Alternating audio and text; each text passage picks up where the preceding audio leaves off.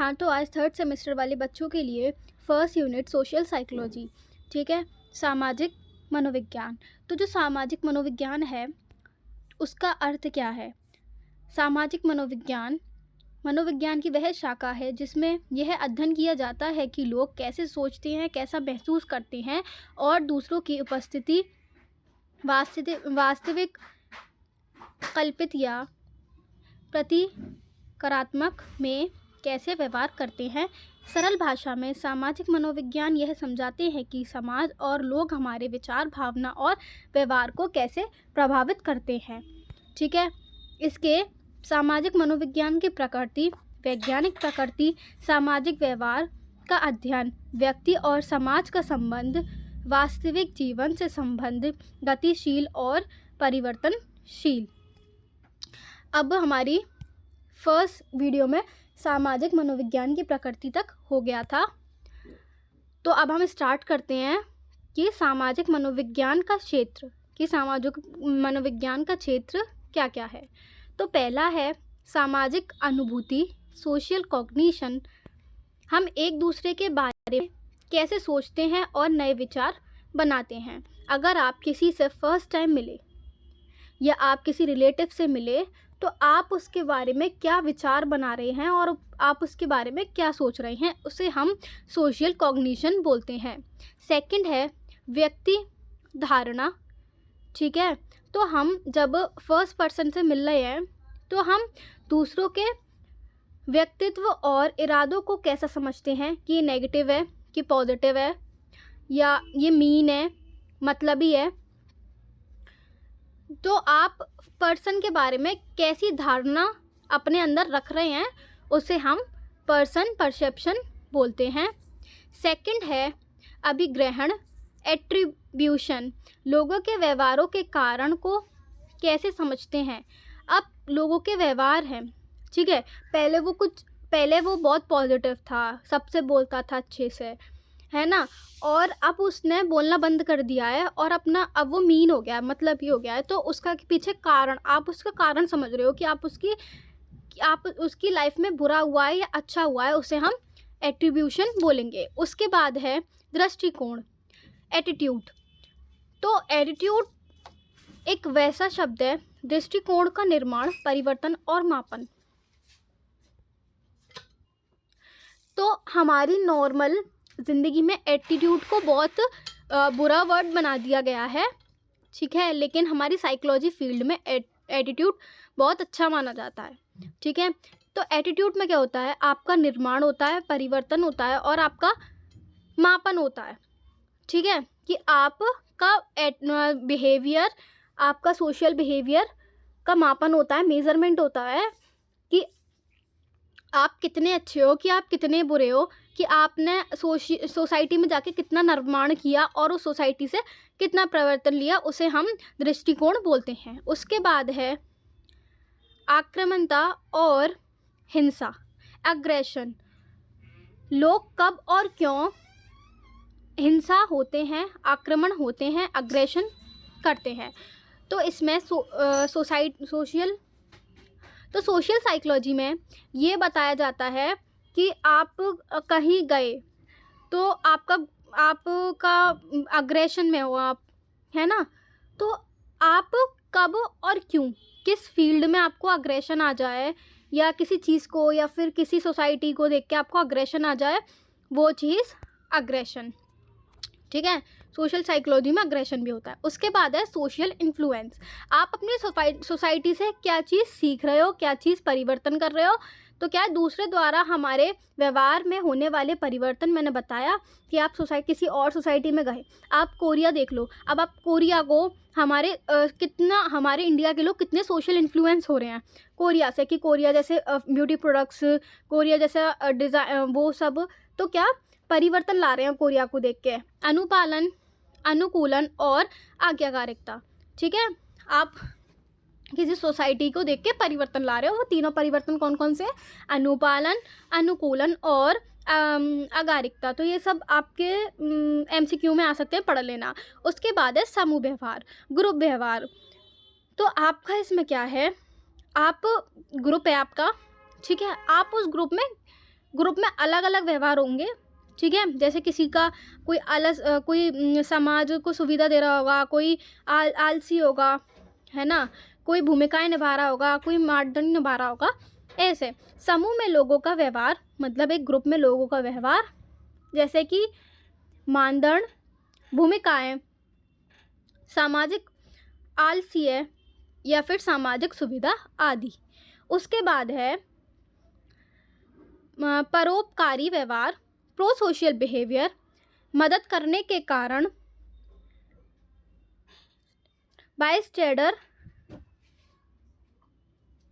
Effect कुछ ऐसे ही है आदि। तो क्या है इसमें कि जो आप इसमें क्या है, जो आप मदद करते हो, है ना, दूसरों की, तो वो आप अपने बिहेवियर से करते हो, है ना। तो मदद करने के कारण तो आपका जो बिहेवियर बनता है उसे हम प्रो सोशल बिहेवियर बोलते हैं। मदद करने के कारण बाईस्टैंडर इफेक्ट आदि, कुछ ऐसा ही है। देख लेना आप हिंदी में क्या लिख रहा है ये, ठीक है। हमारे क्षेत्र कंप्लीट होगा कि हमारा सामाजिक मनोविज्ञान का क्या क्या क्षेत्र है, ठीक है।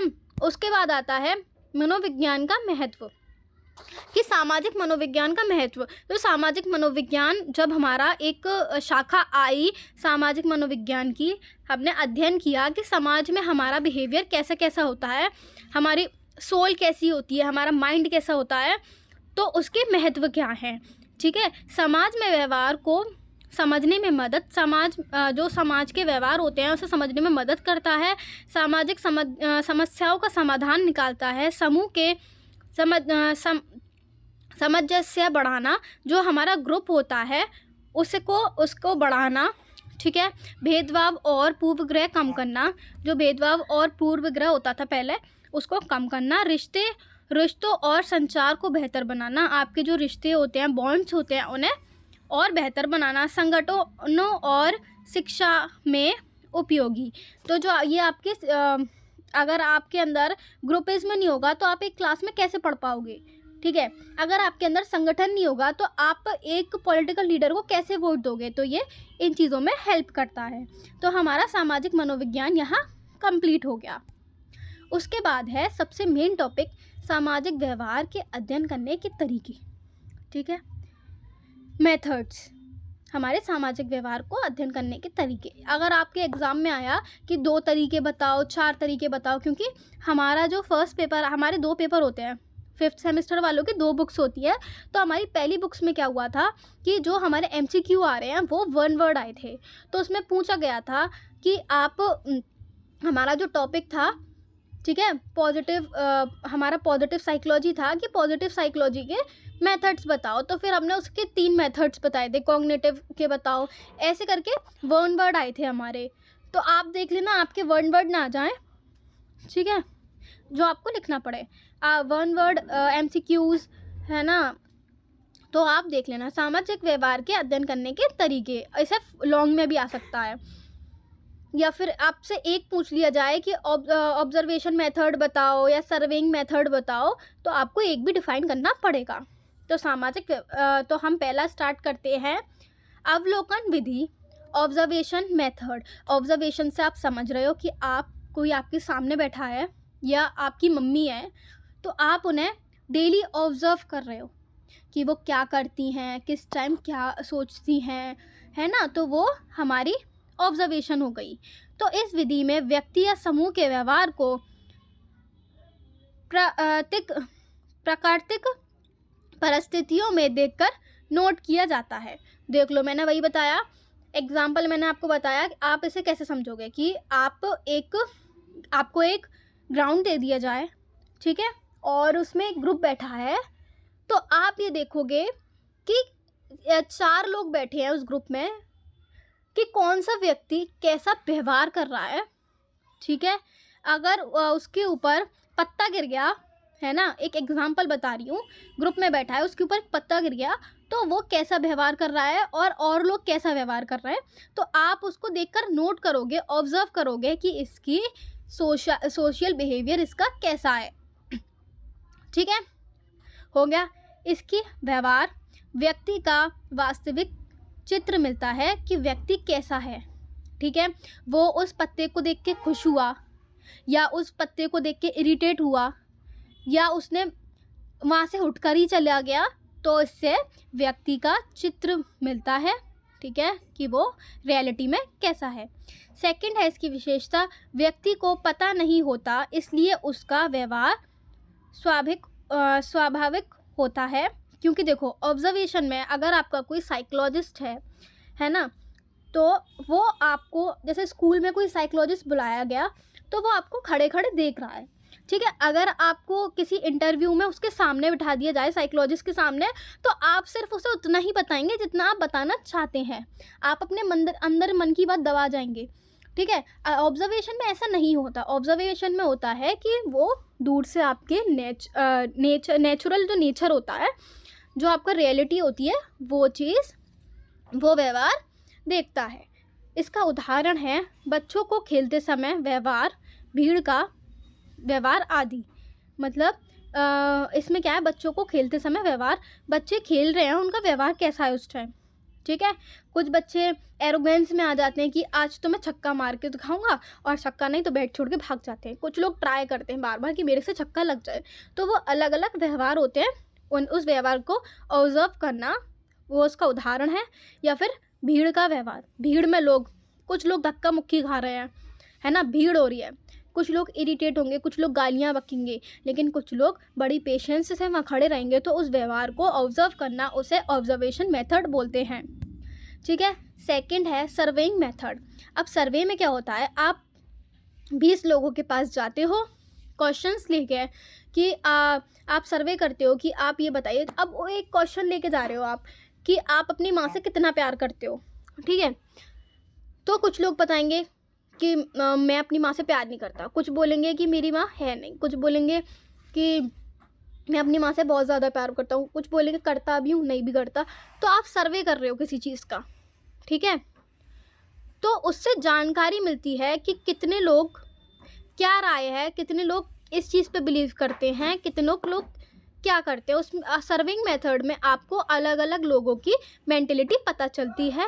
इस विधि में प्रश्नावली, क्वेश्चनरी, ठीक है, या साक्षात्कार, इंटरव्यू द्वारा जानकारी इकट्ठा की जाती है। या तो आपने देखा होगा कि आजकल इंस्टाग्राम पे लोग माइक लेके घूम रहे हैं और हर एक इंसान से एक ही क्वेश्चन पूछ रहे हैं। ठीक है, लेकिन हर इंसान उसका अलग अलग आंसर देता है। तो इसे आप क्वेश्चनरी फॉर्म में भी पूछ सकते हो और आप इसे इंटरव्यू फॉर्म में भी पूछ सकते हो। जो इंस्टाग्राम पे चल रहा है वो इंटरव्यू फॉर्म में चल रहा है। ठीक है, तो उसके द्वारा जानकारी इकट्ठी की जाती है। इसकी विशेषताएं क्या हैं, बड़ी संख्या में लोगों से सूचना प्राप्त की जाती है, कि ज़्यादा लोगों से उसकी सूचना प्राप्त की जाती है। ठीक है, सामाजिक दृष्टिकोण, एटीट्यूड, राय, ओपिनियन, विश्वास, बिलीव जानने में उपयोगी होता है। लोगों के राय, दृष्टिकोण, विश्वास जानने में उपयोगी होता है। ठीक है, अब थर्ड आता है एक्सपेरिमेंटल मेथड। तो जो एक्सपेरिमेंटल मेथड है, थर्ड सेमेस्टर वाले बच्चों ने जो प्रैक्टिकल फाइल बनाई है, जिसमें वो एक्सपेरिमेंट्स हैं जो टीचर ने दिए हैं आपको फाइल में लगाने के लिए, वो होता है एक्सपेरिमेंट मेथड। तो आप उसमें क्या करते हो, पहले आप किसी को वो पेपर दोगे, सामने वाला उस पेपर को आपको क्वेश्चन आंसर टिक करके देगा उस एक्सपेरिमेंट को। उसके बाद आप मेज़र करोगे कि इस इंसान ने कितने एवरेज पे, ये कैसा बिहेवियर है इसका सोसाइटी में, किस एवरेज पे क्या है, SAS ये जो भी हैं हमारे, है ना, हमारे जो भी हमारे एक्सपेरिमेंट्स हैं, है ना, वो पता लगते हैं। ठीक है, और उसमें आप लास्ट में हर चीज़ बताते हो कि मैंने इसमें इसका इतना बिहेवियर है, इतना स्कोर इसका कम है, तो उस चीज़ को हम एक्सपेरिमेंटल मेथड बोलते हैं। इसमें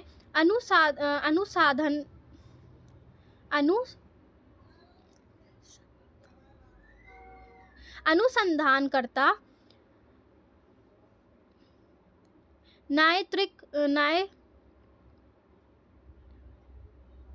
न्यायित वातावरण में किसी एक चर को बदलकर उसके प्रभाव का अध्ययन करता है। ठीक है, तो क्या किसी एक प्रभाव का अध्ययन करता है। आपने एक्सपेरिमेंट में देखा भी होगा, कुछ सोसाइटी के बारे में, कुछ रिलीजियस के बारे में, तो वो एक इंसान का अध्ययन कर रहा है, एक इंसान पे प्रभाव डाल रहा है। ठीक है, वो चीज़ इसमें एक्सपेरिमेंटल मेथड में बताई गई है। उसमें कारण परिणाम इसकी विशेषताएं हैं, कारण परिणाम संबंध स्पष्ट होते हैं, उसके कॉज इफेक्ट रिलेशनशिप स्पष्ट होते हैं कि इसका कॉज क्या है, इसका इफेक्ट क्या है ना। तो मैं बताऊं, ये अधिक वैज्ञानिक और विश्वसनीय परिणाम देता है। तो इसमें क्या है कि ज़्यादातर ये जो हमारे टेस्ट पेपर हैं आप पढ़ना, तो वो डॉक्टर्स के पास होंगे। तो डॉक्टर्स, साइकोलॉजिस्ट, ये लोग ज़्यादा यूज़ करते हैं इन्हें अपने कस्टमर्स के लिए। उदाहरण, समूह दबाव का व्यक्ति के निर्णय पर प्रभाव। तो इसमें क्या होता है कि जो समूह दबाव पड़ता है, मतलब जो आप, इसमें क्या होता है कि जो आपके क्वेश्चंस होते हैं वो आपके आपके उन्होंने जो बनाया साइकोलॉजिस्ट ने क्वेश्चन, वो बड़े उससे बनाए जाते हैं, हर चीज़ का वो लेके कि बंदा अगर इस सिचुएशन में है तो वो कैसा व्यवहार करता है, कैसा निर्णय लेता है। ठीक है, इसलिए उसे एक्सपेरिमेंटल मेथड बोलते हैं। ठीक है, एक बार आप पढ़ लेना, क्योंकि आप इस बार एक्सपेरिमेंट मेथड ही करोगे, है ना। तो आप अपने अगर टेस्ट पेपर फिल करोगे तो आपको एक्सपेरिमेंटल मेथड खुद ही समझ में आ जाएगा। प्रयोगात्मक विधि। ठीक है, अब आता है केस स्टडी विधि। तो ये केस स्टडी विधि तो नॉर्मल है कि आपको एक व्यक्ति मिला, या आपको एक समूह मिला, आपको ग्रुप मिला, या एक व्यक्ति मिला, उसके ऊपर आपको पूरी केस स्टडी करनी है। ठीक है, तो आप केस स्टडी कैसे करोगे, आपके पास एक फ़ाइल होती है।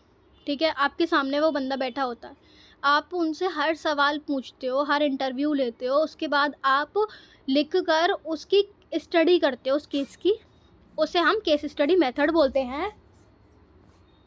इसमें किसी एक व्यक्ति या समूह का विस्तृत ग्रहण अध्ययन किया जाता है। विशेषताएं, किसी विशेष सामाजिक व्यवहार, सामान्य या व्यक्तित्व को समझने के लिए उपयोगी समय लगता है, लेकिन जानकारी ग्रहण होती है। मैंने बताया समय लगता है इसमें पूरा केस स्टडी करने में, लेकिन जानकारी हासिल हो जाती है। अगर आपने देखा होगा कि एक मर्डर हुआ, अगर आपने इलाइट देखी है, इलाइट एक इंग्लिश वेब सीरीज़ है, उसमें मर्डर होता है। कॉलेज के हर सीज़न में एक स्टूडेंट का मर्डर दिखाते हैं। उसके बाद जो केस स्टडी होता है, एक एक इंसान को बुलाया जाता है, हर इंसान से एक एक चीज़ पूछी जाती है, उसके बाद सबको एक साथ बुलाया जाता है। उसके बाद उन सबकी जो बयान है उन्हें देखे जाते हैं, स्टडी किया जाता है, तो फिर पता लगता है क्या सच है क्या झूठ है। तो उस केस को स्टडी करना, इसमें वो एक एग्जाम्पल है, इसमें मेंटली केस स्टडी होती है। ठीक है, सोसाइटी। उसके बाद है सहसंबंध विधि। ठीक है, सहसंबंध विधि क्या है? इस विधि में दो या अधिक चरों के बीच संबंध पाया जाता है। इसमें क्या है, दो इंसानों या फिर दो ग्रुप, दोनों में डिफरेंसेस करना। ठीक है, यह बताती है, इसकी विशेषताएं क्या है, यह बताती है कि दो बातें किस हद तक एक दूसरे से जुड़ी हैं, कारण नहीं बताते। ठीक है, अब एग्जाम्पल बताती हूँ मैं कि आपका ग्रुप है, ठीक है, एक कैप्टन है, एक बॉलर है और एक क्रिकेटर है। तो क्या अगर बॉलर नहीं होगा टीम में, है ना, अगर बॉलर टीम में नहीं होगा तो बॉलिंग कौन करेगा? बैटर तो करेगा नहीं, बैटर करेगा लेकिन वो ढंग से नहीं कर पाएगा। जैसे जो हमारा बॉलर है वो जितना परफेक्ट होगा उतना बैटर परफेक्ट नहीं होगा। तो और जो हमारा कैप्टन है वो इंस्ट्रक्शंस देता है, अगर कैप्टन नहीं होगा तो मोटिवेशन कहाँ से मिलेगी? ठीक है, तो एक दूसरे से सब जुड़े हैं लेकिन उसका कारण नहीं पता कि क्यों जुड़े हैं। ऐसे ही जैसे हमारा आत्मसम्मान है और सामाजिक स्वीकार्यता है के बीच संबंध, जैसे हमारा क्या, आत्मसम्मान और सामाजिक स्वीकार्यता। अगर आपके समाज में आपसे बोला जाए कि आपके समाज में आपसे बोला जाए कि आप एक ही शादी करोगे, आप 4 शादी नहीं कर सकते, तो आप सोसाइटी की बात मानोगे, आप उस चीज़ को एक्सेप्ट कर लोगे और उसमें आपकी आत्मसम्मान बढ़ रहा है, ठीक है, कि सोसाइटी ने बोला है। तो इसके बीच जो संबंध है वही हमारा सहसंबंध विधि बोला जाता है, ठीक है, कि आपने अगर एक शादी की, सोसाइटी की बात मानी, तो आपको आत्मसम्मान मिल रहा है, ठीक है, वो चीज़ बताई गई है इसमें। कोरिलेशन मतलब सर पैर कुछ नहीं है, बस आपकी वो है, ठीक है, कोरिलेशन मेथड। उसके बाद है समाज मिति विधि, सोशियोमेट्रिक मेथड।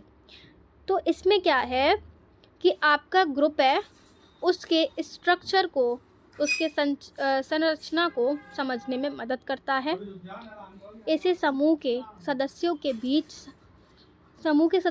बीच लोकप्रिय पॉपुलैरिटी या दूरी को मापन करने के लिए उपयोग किया जाता है।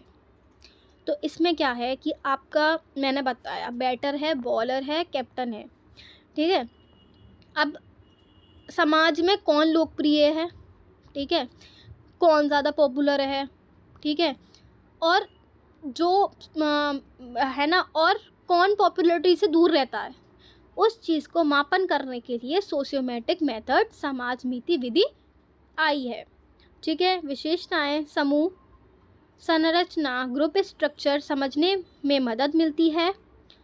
कौन किसे पसंद करता है या किससे दूरी बनाता है, इसका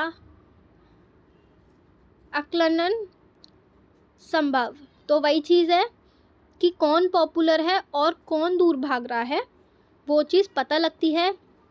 आपने देखा होगा कुछ लोग मीडिया के सामने आते हैं, कुछ लोग मीडिया से हाइड होते हैं। तो जो सामने आते हैं वो पसंदीदा बन जाते हैं और जो दूर जाते हैं वो दूरी अपना लेते हैं। तो उसको समझने में सोशियोमेट्रिक मेथड काम करता है, ठीक है। ये हमारे सारे मेथड्स कंप्लीट हो गए, तो हमारी फर्स्ट यूनिट ये कंप्लीट हो गई। अगर कोई भी प्रॉब्लम आए मेरे से कमेंट सेक्शन में पूछ लो। सारे टॉपिक हमारे क्लियर हो गए, फर्स्ट यूनिट हमारी सोशल साइकोलॉजी की कंप्लीट हो गई।